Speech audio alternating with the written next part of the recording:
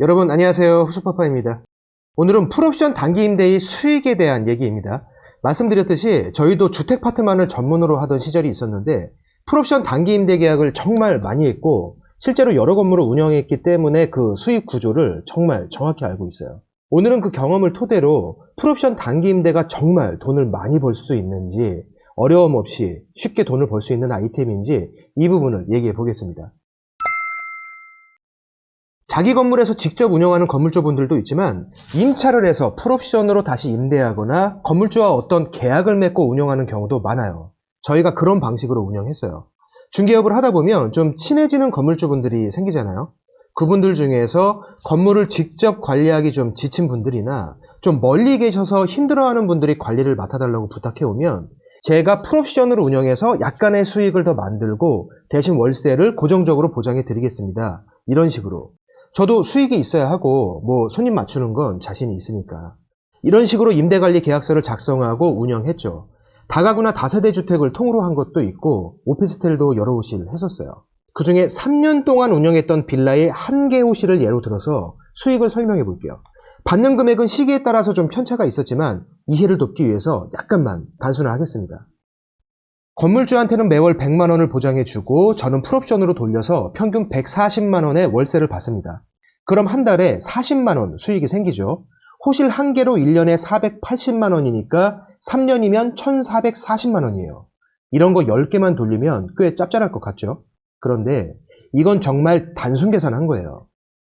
우선 수입을 보면 36개월 동안 공실이 없었던 게 아닙니다. 짧으면 한두 달, 길면 4, 5개월 동안 살다 가는 곳이고 사람이 바뀔 때마다 며칠씩 공실이 있어요. 아닌 경우도 있지만 때를 잘못하면 열흘 넘게 공실일 때도 생깁니다. 36개월 동안의 공실 기간을 다 합치면 3개월 정도 돼요. 그런데 공실로 돈을 못 받는 중에도 저는 정해진 날짜에 매월 100만원씩 입금해야 돼요. 즉 중간에 일주일 공실이 생긴다면 일주일 돈을 못 번 게 아니라 그 일주일 동안은 오히려 25만원이 마이너스 되는 거죠. 그리고 두 번째로 임차인이 맞춰질 때마다 중개 보수가 생겨요. 일반 전월세보다는 적지만 개월수에 따라서 얼마씩 정해지는데 다른 부동산에서 맞추건 우리 직원이 맞추건 중개보수는 져야 합니다. 36개월 동안 나간 중개보수가 총 140만원이었어요. 그런데 초기 집기 비용이 있잖아요. 컴퓨터 책상, TV, 침대, 냉장고, 화장대, 식탁, 의자, 이불, 전기밥솥, 전자레인지, 주방용품 이런 것들이 필요한데 이 초기 비용이 160만원 정도 들었어요. 거기에 케이블 방송과 인터넷 연결했죠. 이 비용이 3년간 90만원입니다. 그런데 3년 동안 이 호실에서 월세 미납이 2번 있었어요. 한 번은 월세 밀리던 임차인이 야반 도주를 했는데 나중에 보니까 TV 액정이 깨져 있습니다.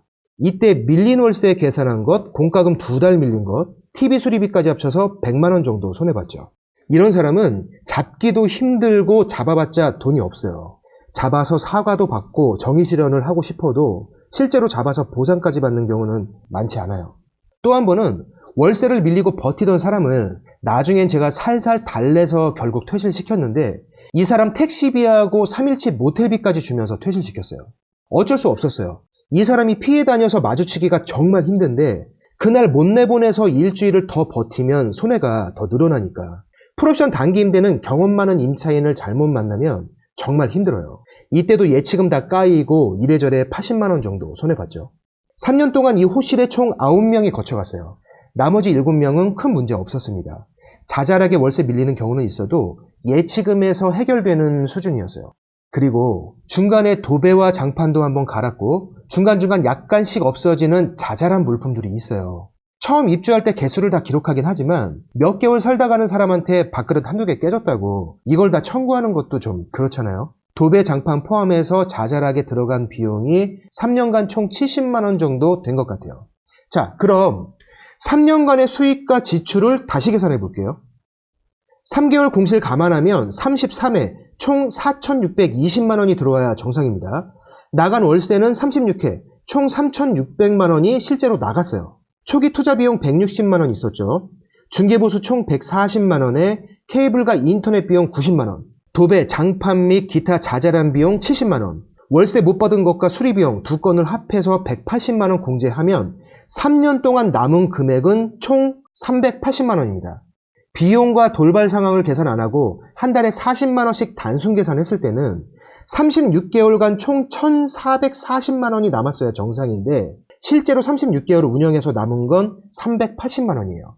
갭이 많이 크죠? 결국 그 스트레스를 받으면서 호실하나 3년 운영해가지고 한 달에 10만 원 정도 번 거예요. 지금 단기 임대 운영하시는 분들 중에는 아니야, 그렇지 않아, 나는 잘 벌어, 이런 분도 계실 수 있어요. 이게 여러 개 운영하다 보면 이날 저날 돈이 입금되면서 마치 현금 장사같이 현금이 계속 도는 듯한 느낌이 들다 보니까 일종의 착시 현상이 좀 생겨요. 물론 저는 중개업을 직접 하니까 우리 직원이나 친한 중개업자가 손님 모시고 와서 부탁하면 월세를 한 5만 원씩 더 깎아주기도 했어요. 그래서 수익이 더 줄었겠지만 하나하나 다 계산해 보시면 처음에 단순 계산했던 것처럼 많이 벌지는 못합니다. 집기와 가구라도 남지 않았느냐? 그걸 어디다 쓸까요? 3년 동안 9명이 거쳐간 집기는 제값 받고 되팔 수 있는 게 아닙니다. 침대는 돈 주고 버려야 되고 다른 호실에 재활용할 수 있는 것도 일부분이에요.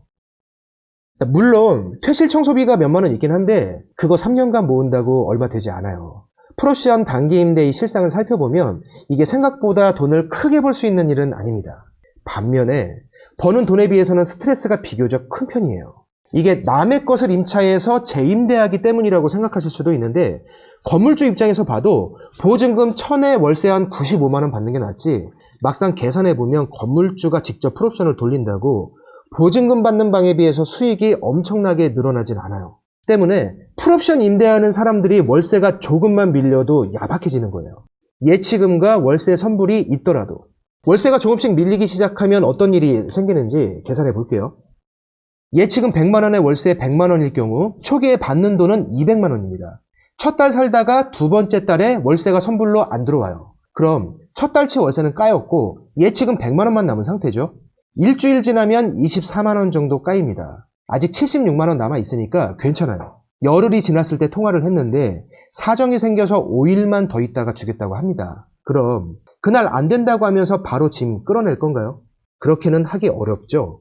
알겠다고 서로 약속합니다. 약속한 5일이 다시 지난다면 총 15일이 지나는 건데 경험상 풀옵션 단기 임대에서는 돈이 없어서 월세 밀리던 사람이 약속한 날에 바로 입금하는 건 좀 드문 일이에요.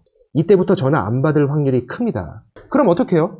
뭔가 만나서 얘기해봐야 하니까 찾아가야 되는데 이 사람도 돈은 없고 민망하니까 이때부터 피해 다니기 시작해요. 한번 찾아가서 바로 만난다는 보장이 없습니다. 그럼 또 전화하고 문자 보내고 찾아가고 상대방은 바쁜 척하고 없는 척하고 피해 다니고 이게 며칠 반복되는 거예요. 그렇게 결국 20일쯤 지나갈 무렵에 집 앞에서 1시간 기다렸다가 결국 이 사람을 만나요. 그런데 또 3일만 더 기다려달라고 사정하죠. 바로 이 사람 끌고 들어가서 짐 끌어낼 수 있는 임대업자는 거의 없어요. 사실 돈이 너무 없어서 궁지에 몰려있는 사람한테 무조건 세게 나가면 이 사람이 또 어떻게 돌변할지 모르니까 걱정도 되죠. 아직까진 미안하다고 하고 있고 대화가 통하는 상태인데 현금도 하나 없고 갈 데도 마땅히 없는 사람을 너무 심하게 압박했다가 결국 퇴실도 못 시킨 상태로 감정 싸움에 돌입하면 완전히 배째로 돌변할 수 있거든요. 가끔 이런 경우가 있는데 이게 가장 머리 아픈 케이스예요. 돈 때문에 스트레스 받고 있는 사람을 심하게 압박하면 매너 좋던 사람이 갑자기 돌변하기도 하거든요.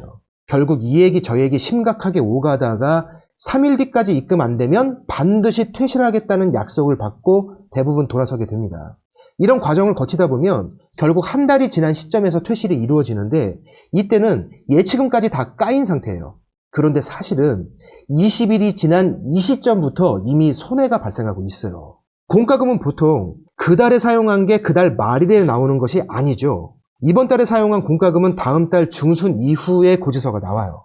보통은 그렇고 오피스텔일 경우에 관리비도 그렇습니다. 이 사람이 지난달에 쓴 공과금과 관리비는 이제 막 고지서가 나오는 시점인데 지금 이 사람은 돈이 없죠. 이번 달에 쓴 것도 다음 달에 나올 텐데 현재 시점에서 그걸 정산받기도 글렀죠. 20일이 지나고 예치금 33만 원이 남았던 이 시점에서부터 공과금과 관리비, 퇴실 청소비를 감안하면 이미 마이너스가 시작되고 있는 겁니다.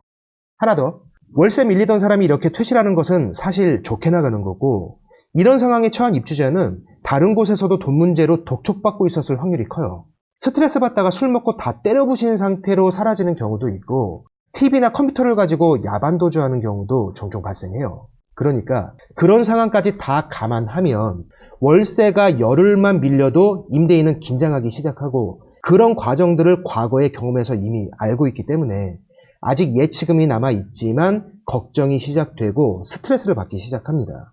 사실 풀옵션 단기 임대 운영이 힘든 이유는 이런 상황들이 비교적 자주 생기기 때문에 거기서 오는 스트레스로 인해서 힘든 거예요. 결론은 처음 예상보다 그렇게 많은 수익이 나는 것은 아니고 예상보다 쉽게 돈을 벌 수 있는 일도 아닙니다. 지난 영상과 오늘 영상에서는 풀옵션 단기 임대의 운영과 수익에 대한 얘기를 해봤습니다. 우리 공인중개사분들 중에는 단기 임대 계약 많이 하시는 분도 계실 텐데 다음 시간에는 계약서 작성에 대한 얘기를 하겠습니다. 풀옵션 단기 임대 계약서를 약식으로 작성하시는 분들이 많아요. 문제가 생길 경우를 대비해서 그렇게들 하시는데 실무에서 어느 정도까지 약식으로 작성하시는지 우리 공인중개사 입장에서 문제가 생길 때 과연 그게 더 유리한지 이 부분에 대한 얘기를 끝으로 풀옵션 단기 임대 파트를 다음 시간에 마무리하겠습니다. 다음 영상에서 뵙겠습니다. 영상 보시느라 고생하셨어요. 고맙습니다.